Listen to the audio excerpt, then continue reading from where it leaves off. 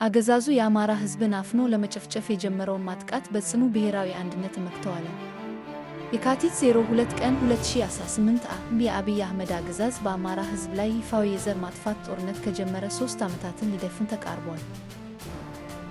በእነኚህ ጊዜዎች ሁሉ የአማራ ሕዝብ የታወጀበትን የዘር ማጥፋት ጦርነት በመመከት ህልውናውን ለማረጋገጥ የሚያደርገውን ትግል አጠናክሮ ቀጥሏል። ሆኖም በሕዝብ ላይ ጦርነት ያወጀው አገዛዝ የገጠመውን ሕዝባዊ ተጋድሎ ተረድቶ ጦርነት ከማቆም ይልቅ በእጁ የገቡትን የጥፋት መሳሪያዎች ሁሉ ተጠቅሟል። በዓለም ታሪክ በማይታወቅ ሁኔታ በመንግስትነት ስም ቤተ መንግስት የከተማው አገዛዝ በአማራ ሕዝብ ላይ ስትራቴጂክ ድሮኖችን በመጠቀም በሺህ የሚቆጠሩ ንጹሐንን ጨፍጭፏል። ቱርክን ጨምሮ አዳዲስ የጦር መሳሪያ አምራች ሀገራት ያመረቷቸውን ድሮኖች በአማራ ሕዝብ ላይ ይሞክሩ ዘንድ አብይ አህመድና አገዛዙ በጭካኔ ፈንተዋል።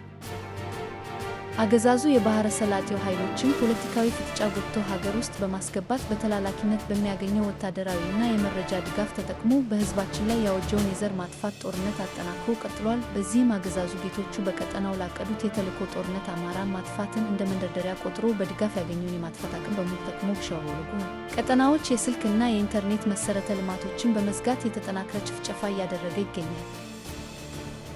በተለይም በጥር ወር የመጨረሻ ሳምንት በሸዋ የአገዛዙ ሰራዊት የተለያዩ አሃዶች የኦሮሚያ ልዩ ዞን ታጣቂዎችን በመጨመር በሌሎች አካባቢዎች ደግሞ በመደበኛዎቹ እዞች እና የአየር ወለድና ኮማንዶ አሃዶቹ የከፈተው ማጥቃት በህዝባዊ የአፋብኃ ሰራዊት የሚገኝ ከየካቲት 01 ቀን 2018 ጀምሮ በሰራዊታችን በተደረገው የመልሶ ማጥቃት እርምጃ በጎንደር ቀጠና በርካታ ጀብዶዎች ተፈጽመዋል። በተለይም በደቡብና ማዕከላዊ ጎንደር የወረዳ ዋና ከተሞችን ጨምሮ በርካታ ይዞታዎችን ከጠላት መንጠቅ ተችሏል። በዚህ አስደናቂ ተጋድሎ በሺዎች የሚቆጠሩ የአገዛዙ ሰራዊት በምርኮኛነትና በፈቃዳቸው የወገንን ኃይል መክታት ችለዋል። የወገን ሰራዊት ተተኳሾች እና ሌሎች ወታደራዊ ቁሳቁሶችንም መማረክ ችሏል። እነኚህ ድሎች ይገኙ ዘንድ የድርጅታችን የአማራ ፋኖ ብሔራዊ ንቅናቄ መወለድ በሰራዊታችን እና በህዝቡ ዘንድ የፈጠረው አዲስ ወኔና መነቃቃት ለድሎቹ ትልቅ አስተዋጽኦ አለው። በተጨማሪም የአደረጃጀት አንድነቱ አቅማችንን አቀናጅተን በውጤታማ የኃይል አጠቃቀም በጠላት ላይ ወሳኝነት ለማሳረፍ በማስቻሉ ብሔራዊ አንድነቱ የዘር ማጥፋቱን ጦርነት ለመመከት ያለው እምቅ አቅም የታየበት ነው። ህዝብን ታግሎ ያሸነፈ አገዛዝ በታሪክ እንደሌለው ሁሉ የህዝብ ልጅ የሆነው ሰራዊታችን የአማራን ህዝብ ሙሉ ድጋፍ ያገኘው ድርጅታችን አፋብኃን የብሔራዊ አንድነትን አቅም ተጠቅሞ በተሰላና በተጠናከረ ሁኔታ የህልውና ተጋድሎውን ለድል እንዲበቃ ሁሉም አመራሮችና አባላት የተሰጣቸውን ኃላፊነት ለመውጣት በትጋት እየሰሩ ይገኛሉ።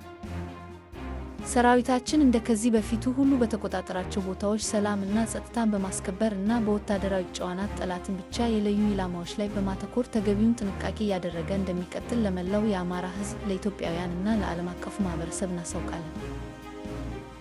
በመጨረሻም በመልሶ ማጥቃት የተመከተው የአገዛዙ የጥፋት እጅ ዳግም በማያንሰራራበት ሁኔታ ይመታ ዘንድ መላው ሰራዊታችን እና ህዝባችን የሚያደርገውን ርብርብ አጠናክሮ እንዲቀጥል እናሳስባለን።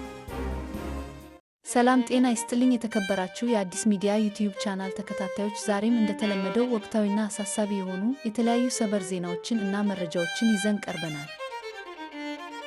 የኤርትራው ፕሬዝዳንት ኢሳያስ አፈወርቂ ልጆች በደቡብ ኢትዮጵያ በምትገኘው ውብ ከተማ ሐዋሳ ውስጥ በደስታ ሲዝናኑ ታይተዋል የሚሉ መረጃዎች እየወጡ ነው። ይህ ዜና በአሁኑ ወቅት በኢትዮጵያና በኤርትራ መካከል ያለው ግንኙነት ውስብስብ በሆነበት እና በርካታ ወገኖች ስጋት ውስጥ በገቡበት ወቅት መውጣቱ አስገራሚ ነው።